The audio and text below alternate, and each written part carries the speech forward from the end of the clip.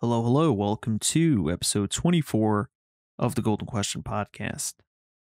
In today's episode, we're going to be answering the question: how are we getting away with our trade deficits?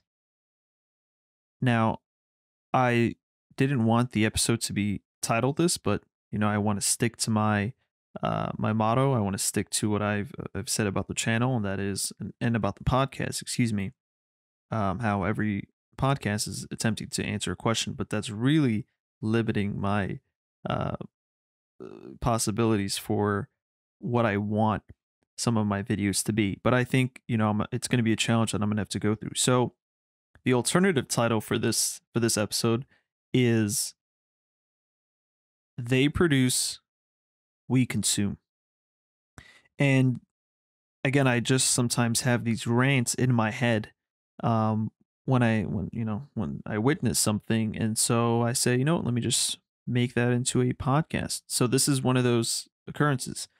Uh, Sony just released their new PlayStation 5, and I highly recommend you guys to watch the video. They just have this guy dissecting the entire thing, taking it apart, showing you all its intricate details, and the engineering masterpiece that it is, and especially when it pertains to the cooling of the CPU, and it's doing this liquid metal um, thermal dissipation where it's never been done before. It's extremely challenging to do, but they've managed to do it, and on a large scale, mass produced, which really fascinated me. And um it's really interesting because obviously Sony, is a Japanese company, and the entire video is in Japanese. um and what's funny is that he was talking in Japanese too. And the Americans buy more of the PS5s, more of the Japanese um produce than do, well, produce in terms of goods, than do Japanese themselves. And what I found pretty funny is that the guy in the video, he's speaking in Japanese. And this is on their PlayStation 5 or PlayStation YouTube channel. So this is an American channel. It's not like and there weren't even subtitles to the video, which is strange. So what this really showed me is just how far America has lagged behind. And this is all because of our monetary policy, right? We have led the world into this sort of uh into this complete falsehood that we can consume without actually having to go through the troubles of producing, because it's easy to consume, right? It doesn't require any effort to consume, and in fact it's pleasurable to consume. But what requires work, what balances that, is the produce, which nobody wants to do. Nobody wants to actually face the troubles, have to go through the hardships, go through the sacrifices of producing something. It's much easier to consume it. And so we've let the world to believe that the system that we have now is functioning, and it's okay, and it's sustainable, and it's stable. And unfortunately, it's anybody looking at it from an outsider's point of view, and even Americans, starting to realize, who are starting to realize it from within. They see it as something not right. They see it as unfair. They see it as unjust, and they know it's um, unsustainable, because it's you can only fool somebody for a certain period of time. And again, that's really what it gets down to, is that you can never fool someone for forever, right? There is going to be a period where uh they wake up to your foolishness. And so, as I've said, and I think we've done a podcast on this before, explaining the trade deficits and sort of the global international economic outlook. But Japan, and it's not only Japan, it's much of the world. They are producing all these goods and services. And again, there's a lot of sacrifice that comes with these goods and services. They're actually producing it. That's where all the hardship is. And not only that, but there's an additional thing that from on the surface may seem more impactful, but economically it's not that bad. But again, on the surface, it's very, very important. And it's very crucial in that these countries, these foreign countries, are, and I mentioned before the numbers between who purchases most of the Japanese exports. Is it Japan themselves or is it the United States? And it's obviously the United States, and I'll get back to that. But all these um, all these exports that are coming out of these foreign countries, if they're coming to us, they're not going to their countries. Obviously, they're not going to their own people. And so, what these countries are doing, again, I'm speaking um, unilaterally, right? There's obviously individual factories that make these decisions, but it's the unilateral decision of all the factories that I'm referring to. All these countries have decided to sacrifice their own the supply for their own people. They've decided to restrict the supply of their own people so that they can export to America. And it's not like they're exporting a small portion. They're exporting probably a majority of their produced goods and services to America. And so they're leaving their country with a small fraction, a small sliver of what the factory is able to produce. I mean, think about it this way. Let's say your house is producing food, and you can make, again, this is just a very crude example, like all my examples are, but let's say you can produce 10 hamburgers. And you live in a family of 5, and so you would need to give everybody a burger, and in fact 3 of us are hungry, so you need to give us 2. That would be actually a little bit more, but let's just say, yeah, let's say one of us is hungry, so we would need an extra one. So that is 6 burgers right there. So that would mean 4 would be exported. So there would be a minority number that's being exported.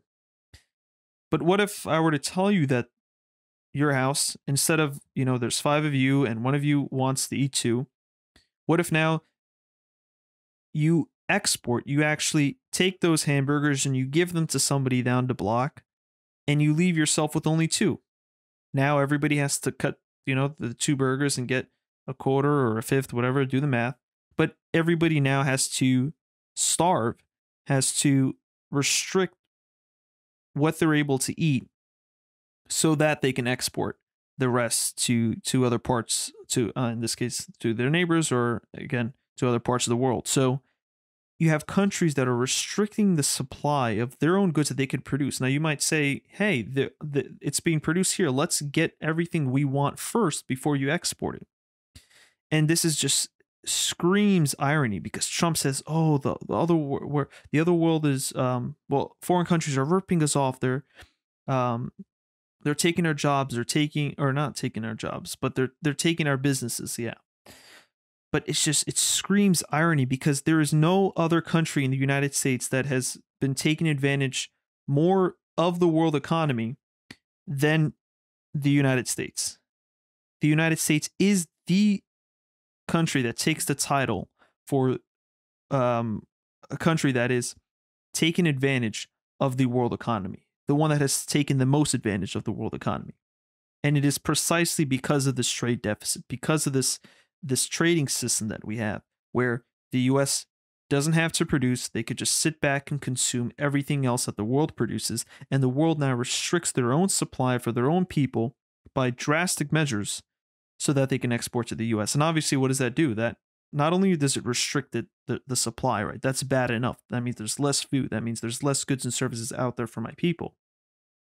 That's bad enough. But in terms of prices, it increases the prices of the goods and services that they're going to give to their own citizens, right? They're exporting a larger portion of their exports than they are bringing back to their country. So they're making prices low for US citizens because they're exporting a larger portion, and for their own country they're keeping a smaller portion, and so they have to, recoup the costs and raise the prices. So the countries are suffering with a reduction in their supply and a hike in prices just so they can satisfy the US market.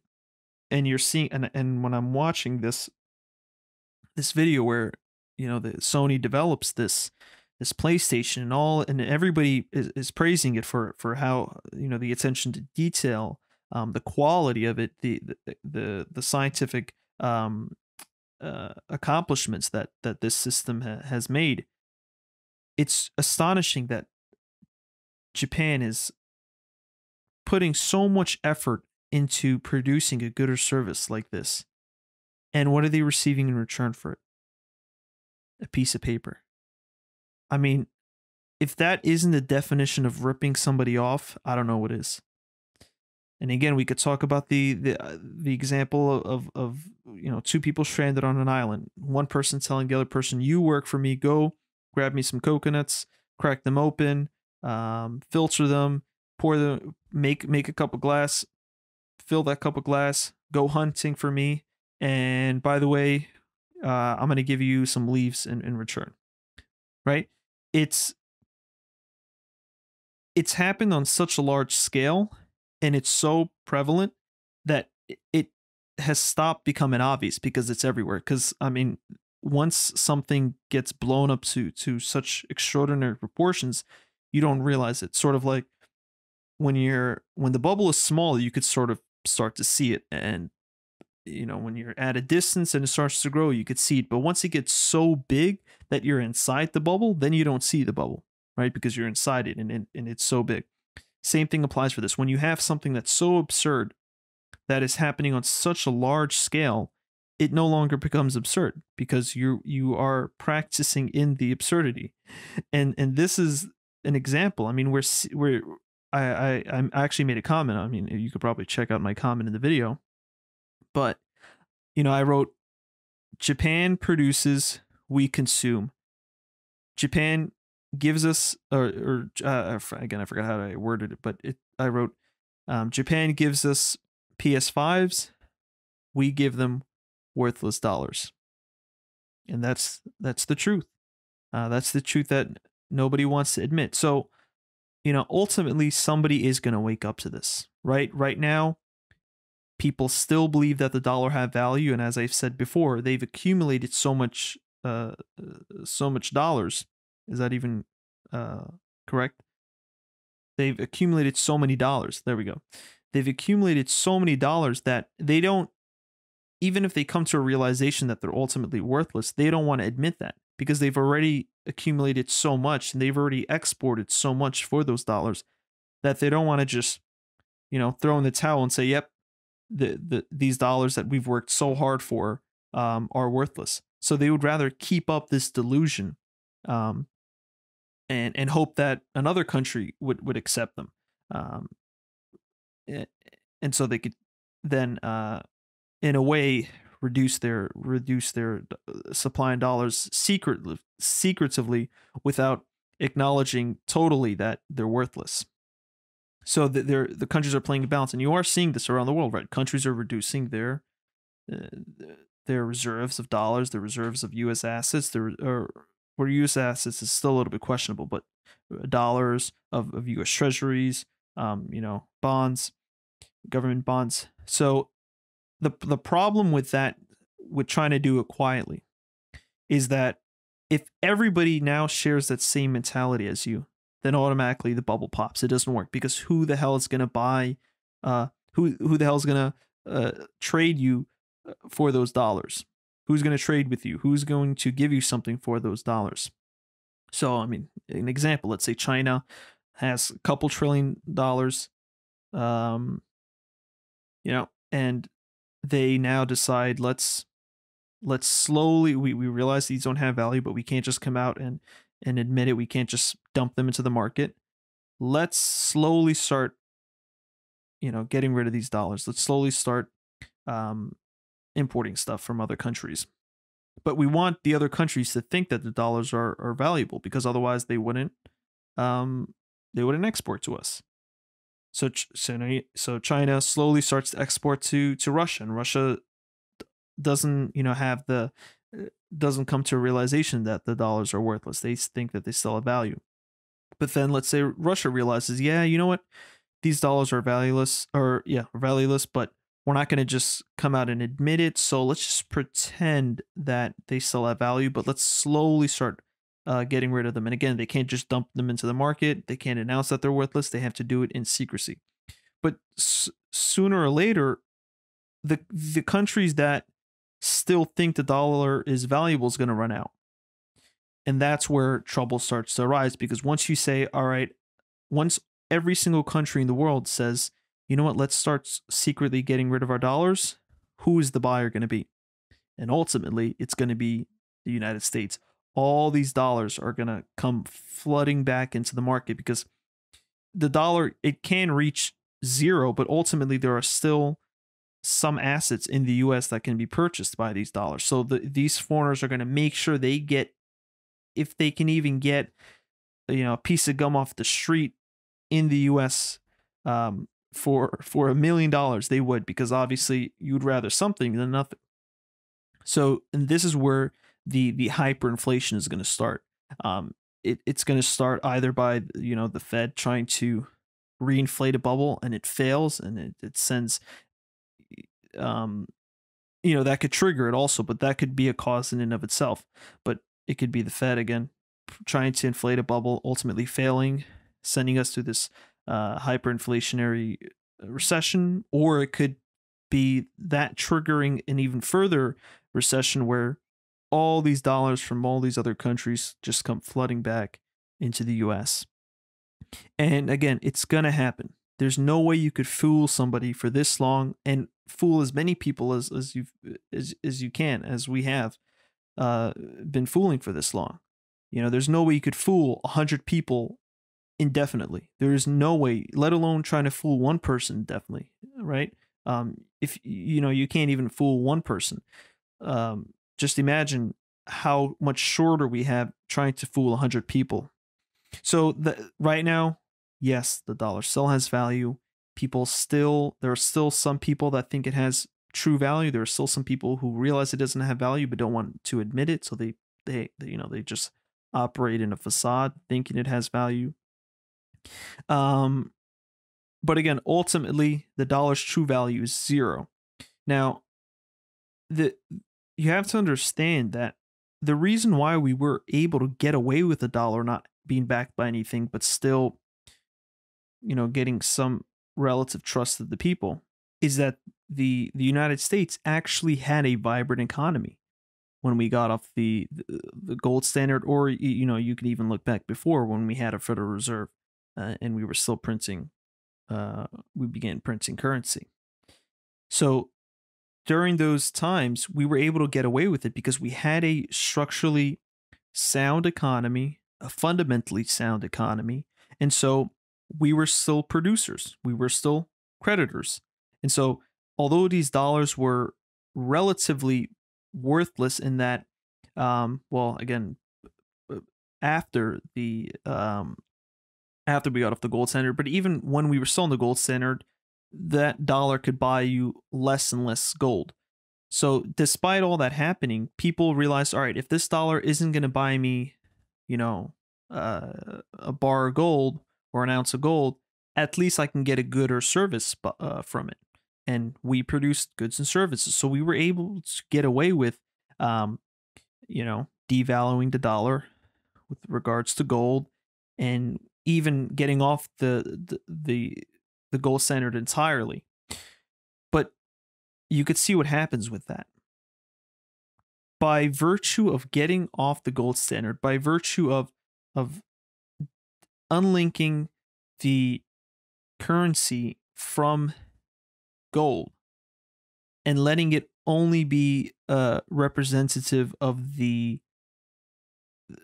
know the condition of the economy, right?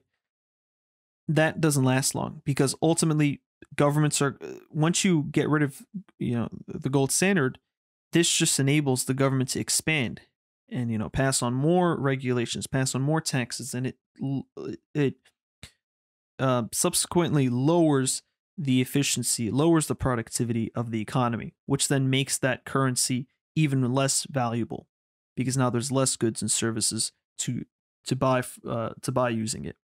So this is why once you detach gold from dollar, or again, you can go back even further. Once you have a Fed that can print currency, right there the domino starts falling because then you establish a precedent that the dollar is reflective on how successful, how wealthy, how productive the economy is.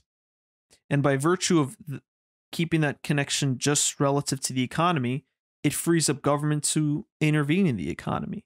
And how does it intervene in the economy? By by creating inflation, by printing more money.